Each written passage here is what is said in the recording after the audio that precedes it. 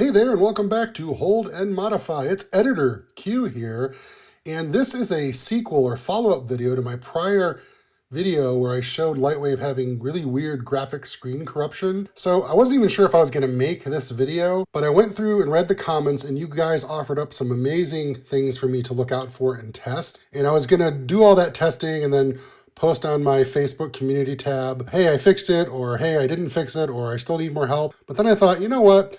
I'm going to go ahead and film me just troubleshooting and doing some of the things you suggested, and I'll try and edit it down so it's not too boring. So yeah, in order to make this process faster and more efficient for troubleshooting, I am going to be using emulation. I'm using Crossover on my Mac, so it's going to be running WinUAE. Just want to get that out there in the open, so that's what you're going to be seeing is a lot of screen capture. I hope you enjoy it. It's going to be a lot of Lightwave 4.0, 5.0, and as you can see on the screen, looks like I got to go back to Workbench 3.1. All right, let's get into this.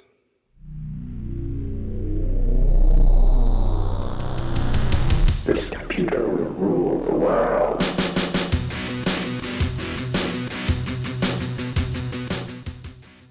All right, so here I am installing a Workbench 3.1 with the 3.1 ROM into an Amiga 3000 setup. This was actually one of the user suggestions from you guys. You guys gave me a lot of great tips and suggestions, by the way, for trying to figure out this Lightwave screen screw-up problem. Now, obviously doing this on a real Amiga would be preferred, but I don't really have a way to quickly and easily replace ROMs right now. Emulation on WinUAE has been so freaking solid that I've not really had any issues with it doing this, like trying to bug and test or debug and test. It's really been reliable. In fact, it's so reliable, it can replicate the same exact issue that I was having on the real Amiga. So I'm just to see if 3.1 has any better luck with this.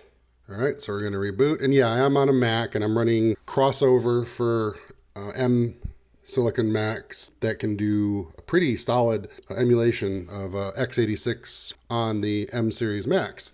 And that way I can use the latest version of WinUAE, which admittedly I can even admit to, while it is slower, it is better than FSUAE. It's more stable, more reliable, has much newer features. But yeah, if you want fastest like rendering or performance out of your Amiga and you're on a Mac, FSUAE is faster than WinUAE, but WinUAE is not so much slower that it's going to be a disaster. All right, so now I got to get Lightwave on here, and to do that, we're going to have to go into some menus here and add some drives. And we want to make sure we add a directory, and it can be not bootable, that's for sure. I'm so bored. All right, so I've taken upon myself to, I think, add the local network drive. So if I go to hard drives, there we go, shared, yeah.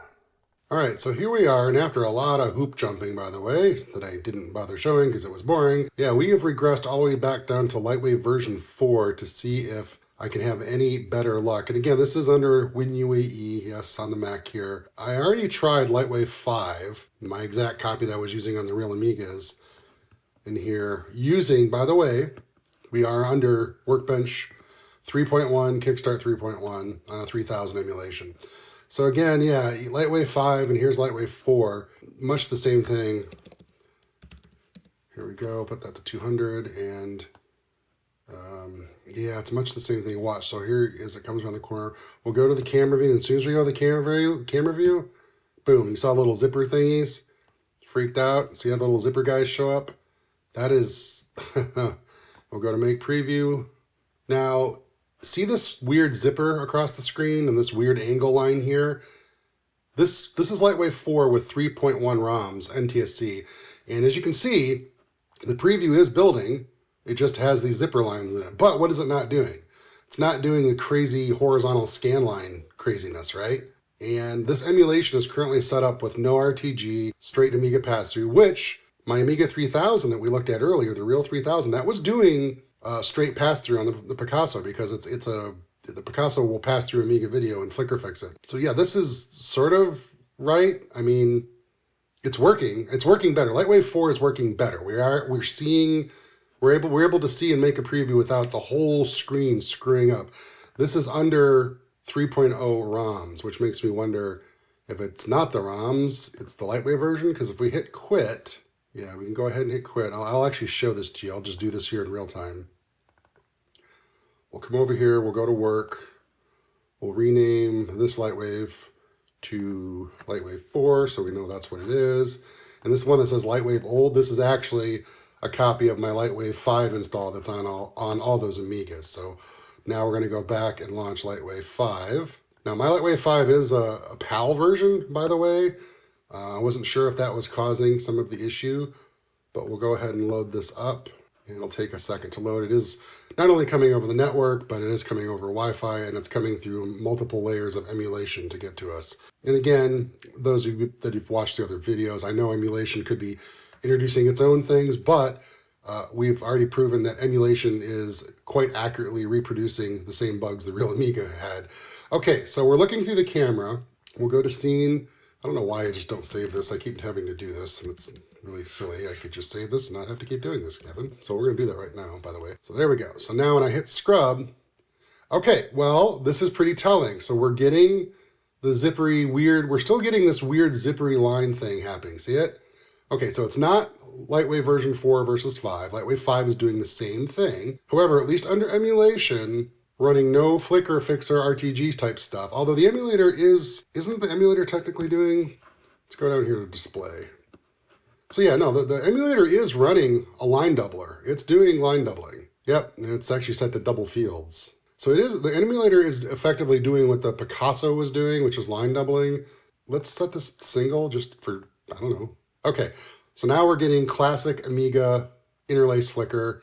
I don't know if the screen capture is picking this up, but yeah, we've got, look, see the zipper lines are still there. All right, so what one of you mentioned, a couple of you mentioned that these zipper lines and also the crazy horizontal lines I was getting. Let's go ahead and turn the WinUAE flicker fixer back on. So yeah, we're still getting, even with the emulated flicker fixer, we're getting these same horizontal jaggies, but under 3.0 ROM, we're not getting the massive screen corruption that was causing the program to be completely useless. Now, what a couple of you mentioned is that it's possible that these objects themselves may contain data that, because they were made on the Windows version of Lightwave way back when, I believe I made this light cycle and this tank.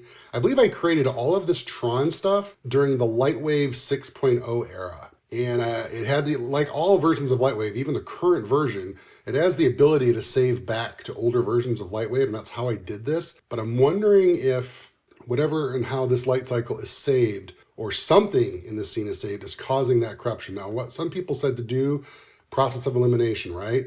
Start deleting stuff, Q, get rid of stuff. So if like let's start with like the light cycle. Let's clear it out of here. Now, just doing that, I may still have to reload. Now see, there's still some corruption there. One of the things we can try, just load something. Let's load some demos. Someone also mentioned this. Well, Q, are you sure? Have you loaded other demo content lately to make sure that something isn't just more weird going on? I'm like, you know what? That's a good point. There it is. Now to speed things up a little bit, we're going to show everything as points only. Okay, so there we go. Now, if I scrub the camera, is there any weirdness happening? Do we see any zipper lines happening? No, we're not. That's telling. That's telling. Let's go back up. Let's go back to my Tron content. Well, Q, didn't you say in your last video that you had created other shots, other Tron shots, and didn't have this problem? Well, that is true. Let's try up the escape here. Okay, so there's the tank. Here's camera 1. You can see the other tank through the wall. Now see, we're seeing through the wall because Lightwave doesn't do solid shaded previewing. Now here we go. We're going to do the magic scrubbing. So look at that. I'm scrubbing and no zipper lines. Now, you did see this little vertical black line show up down here. That is telling. That could mean something. Now, that could just be emulation.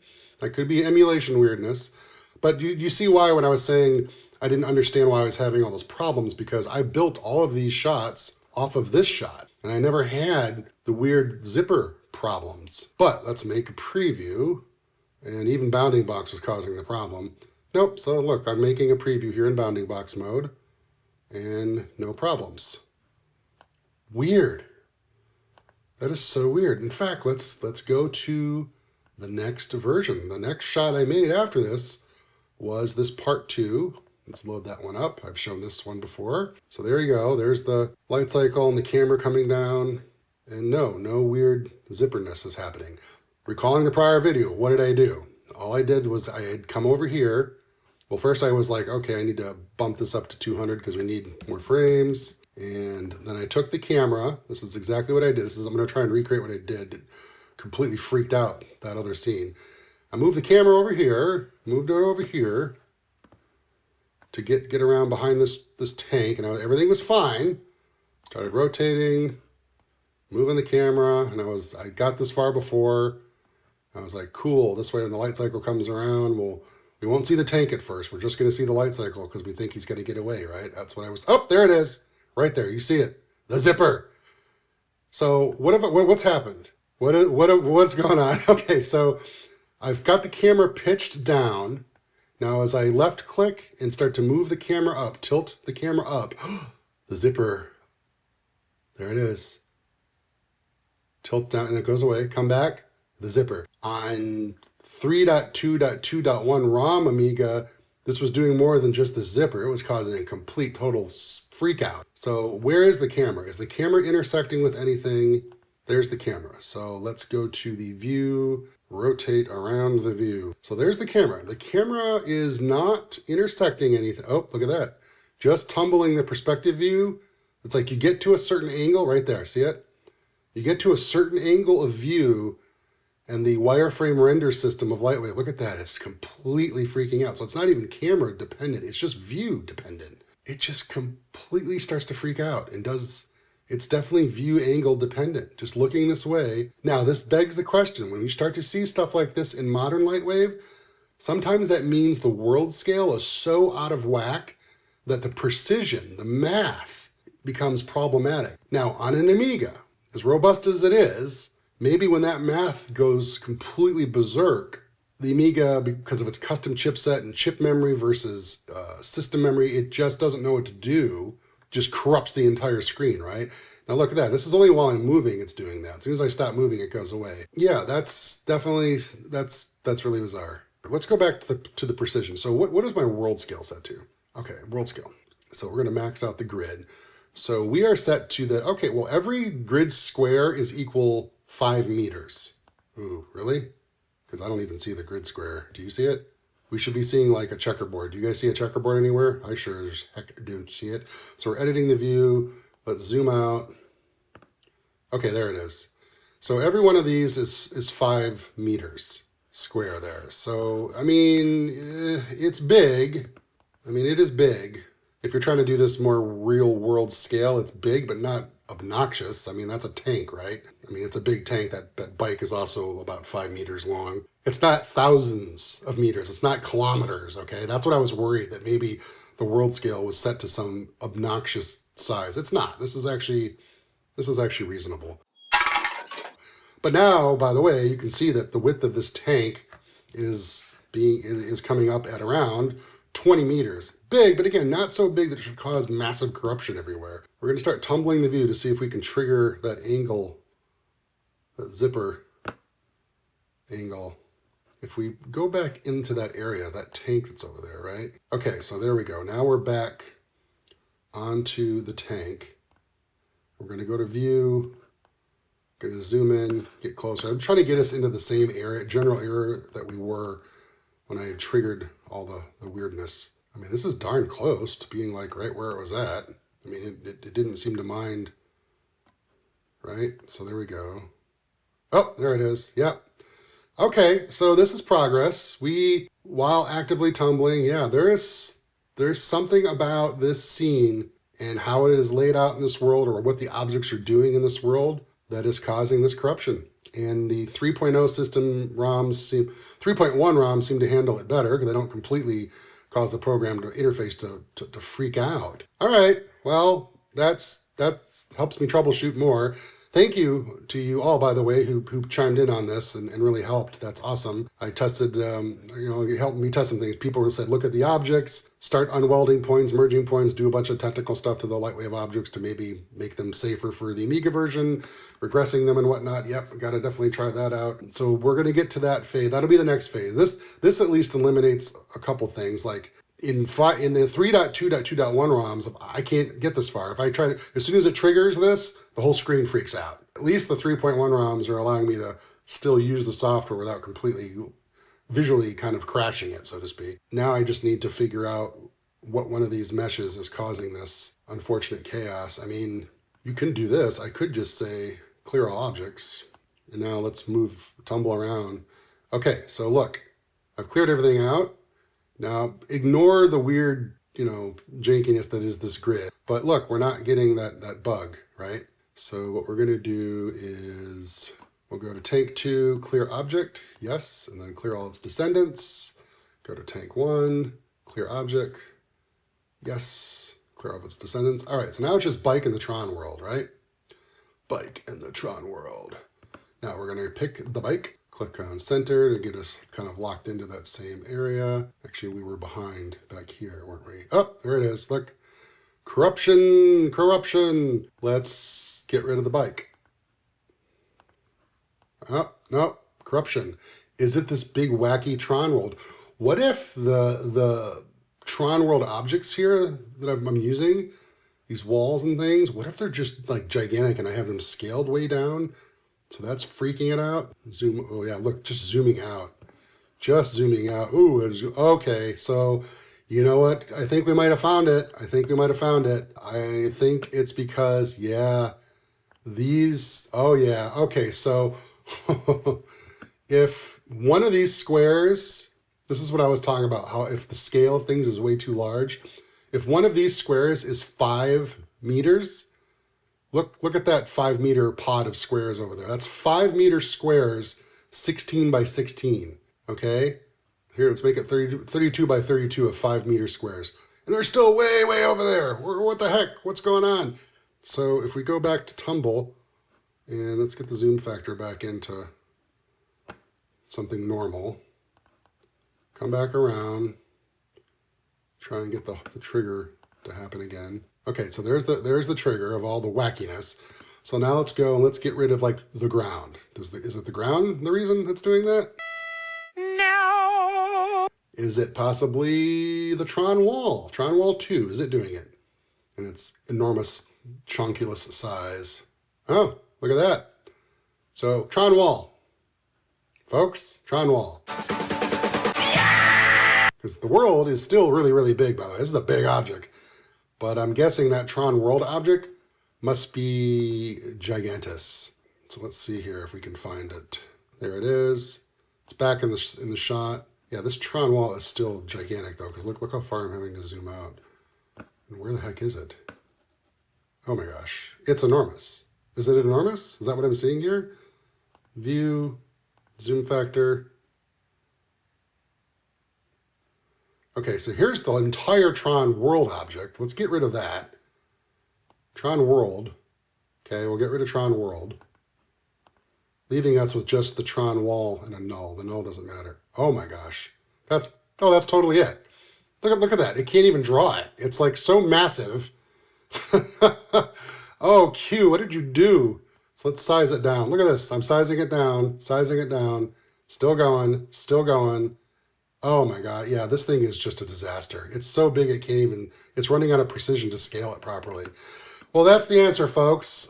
Thank you for sitting through this video. Tron Wall 2. Let's go to quit. Oh my gosh, that is a relief. I'm telling you, that's got to be it. Let's go here. Modeler is more robust in being able to handle wackadoo models. In fact, that's how that model got created in the first place. Okay, so there she is. Open. Okay, so look here, this is really telling. What are you guys seeing in the lower left? Look down in the lower left down here. What are you seeing? A bunch of asterisks and GM. Yeah, so I press the A key. The A key tries to auto frame whatever the model that's currently loaded is into your display. So it's trying to display that Tron wall in the quad view here. And in doing so, it just went divide by 0, goodbye. So there it is, folks. Yes, the grid is now 500 GMs. Yeah, it's not gonna work. There it is. Q modeled his Tron wall to an absurd scale. I don't know what I was thinking. Don't know how that happened. Is it possible it was a conversion error when I saved it from newer Lightwave to older Lightwave? I'm hoping so. I'm hoping I'm not so dumb that I made it that big. I mean, it is possible. I'm not a modeler. I sometimes screw things up. But that's going to be it. I'll tell you right now, absolutely, that's it. It was a data set. There was a data set issue. I know a couple of you had mentioned that. I appreciate it. Thank you so much. Now I should be able to get things back to normal. And yeah, we were definitely just hitting some kind of out of bounds mathematical error that was just freaking Lightwave out when it got to that certain camera angle because of this absurd data. Okay. Hey, emulation's fun, right? Because it does let you quickly get through things without having to rip Amigos apart. Thanks for watching. I'm done with this video, and I hope it wasn't too terrible. Goodbye.